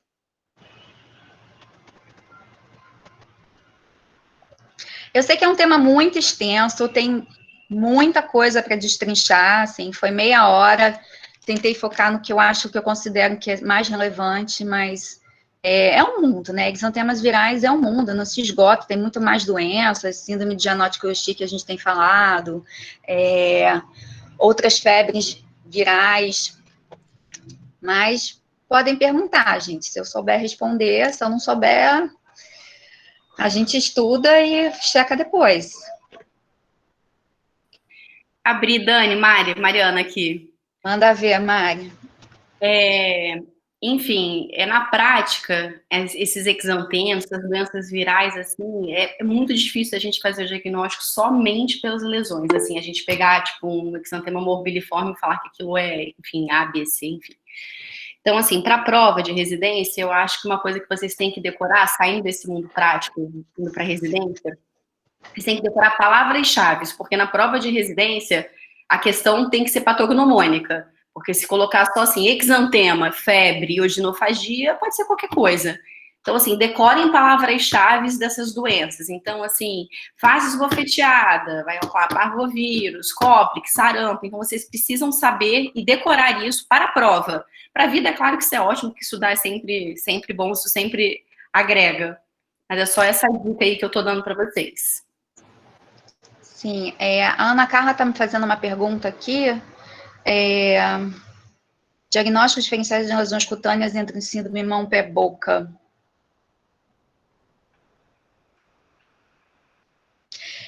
Então, você tem, são lesões vesiculares, não sei se é isso que você está perguntando, né? Você tem as lesões vesiculares que quando o quadro faz lesões em cavidade oral, em mão e pé, fica até mais fácil de você fazer o diagnóstico. Mas se você for pensar nas lesões vesiculares, que é o que você vai ter ali, evoluindo com erosões, você tem que pensar na varicela, você tem que pensar no herpes, o herpes ele costuma dar lesões orais, você tem que pensar na herpangina também, que é um outro tipo de coxsackie, que costuma fazer lesões mais nos pilares posteriores, ali na úvula, no pálato. Então, tem outras doenças que você pode pensar também, aí você tem que olhar, examinar, a dermatologia não é rápido, não é olhar, papum, fiz o diagnóstico, você tem que olhar, muitas vezes tem que pedir o paciente para despir, às vezes, para se despir, às vezes ele não quer, mas para poder te ajudar a fazer um diagnóstico mais acertado. Espero que eu tenha te respondido. Outra pergunta, manifestação de chikungunya. A manifestação de chikungunya é um exantema inespecífico. Muitas vezes é um exantema macular, maculopapular, normalmente no tronco, podendo evoluir para as extremidades. Mas ele não é um racho específico da chikungunya. Você pode ver isso em outras causas virais tranquilamente. É o que a gente tem visto, que a Mariana mostrou na aula de Covid, né? A gente tem o Covid com várias apresentações. Os vírus são assim.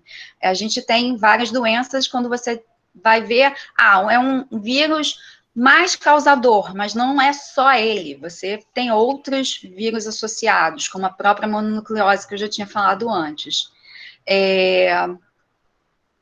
Vamos lá. Podemos levantar a hipótese de coinfecção nos pacientes com Covid, dada a grande variedade de apresentações dermatológicas. Eu acho arriscado. A gente está no meio de uma pandemia. Sim, você viu um paciente com exantema, mas não é só o exantema, tem quadros urticariformes, tem quadros de Tilleblain. Então, você tem que contextualizar aquele paciente. Se é um paciente que é sabidamente contactante de um outro paciente Covid positivo, é óbvio que vai ser altamente perspicaz você ter esse raciocínio. Você vai pensar, a gente está no meio da pandemia, você vai pensar em Covid sempre. Só que o mais importante que a gente vai passar para vocês é que o Covid ainda não tem que ser o seu único diagnóstico, senão você pode errar o diagnóstico. Por exemplo, você pode falhar no diagnóstico de Kawasaki, você pode super tratar uma criança pensando em Kawasaki e não ser Kawasaki. Então, você tem que perguntar aos outros comemorativos, o que você tem no Covid, né? Você tem que pesquisar febre, mialgia, sintomas respiratórios, você tem que ver se aquele paciente está evoluindo com dispneia, e não ficar esperando que o sintoma dermatológico te leve a esse diagnóstico, ele vai ser um dado a mais, é assim que eu interpreto. Concordo plenamente com você, Daniele, e é isso. Acho que a gente já está com 6 minutos além do tempo. Acho que os alunos devem ter outras atividades às 11 horas, assim como nós teremos. Ninguém quer mais se manifestar? Então, acho que a gente pode encerrar essa atividade e voltamos, nós três, ou Yara, se estiver junto, daqui a meia horinha, às 11 horas. Bom dia a todos. Queria agradecer a todos pelo excelente trabalho da manhã. Apesar da internet ser contra, conseguimos uma ótima manhã. Muito obrigado, pessoal. Obrigada, Yara. Obrigado.